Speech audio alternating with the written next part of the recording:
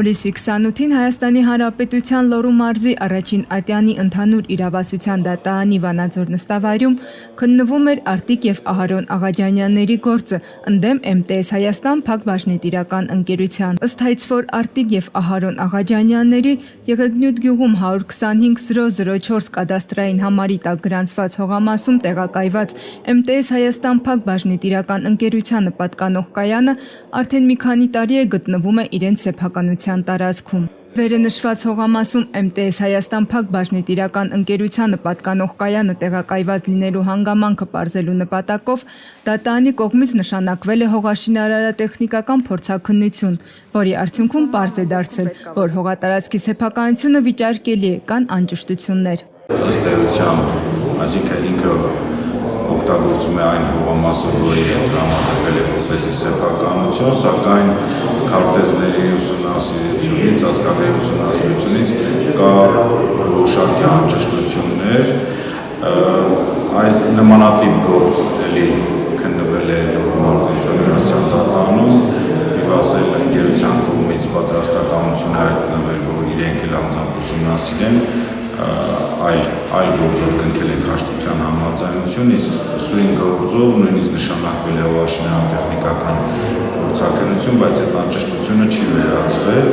Ըստ հայցվորի փաստաբան Ալեքսանդր Ծատինյանի, անճշտության պատճառը համայնքն է, իսկ համայնքապետը չի ցանկանում համագործակցել դատարանի հետ։ Համայնքի ղեկավարը հրաժարվում է հողամասի սահմանագծերը ցույց տալու իր պարտականությունից,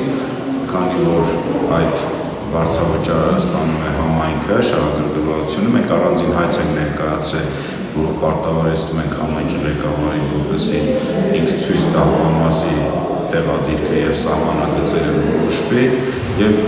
մինչեւ տվյալ վարչական գործի ավարտը մենք դատարանից խնդրեցինք, որպեսզի գործի վարույթը կասեցվի։ Քանի որ դեռևս պարզ չէ, թե վերոհիշյալ տարածքը ում է պատկանում Աղաջանյանների ընտանիքին, թե ունի մեկ այլ սեփականատեր եւ կամ ուղղակի համայնքի սեփականությունն է, այդ իսկ պատճառով հայցվոր եւ պատասխանող կողմերը համաձայնության գալով դատարանին դիմեցին, որպեսզի մինչեւ տվյալ վարչական գործի ավարտը դատարանը կասեցնի գործի վարույթը։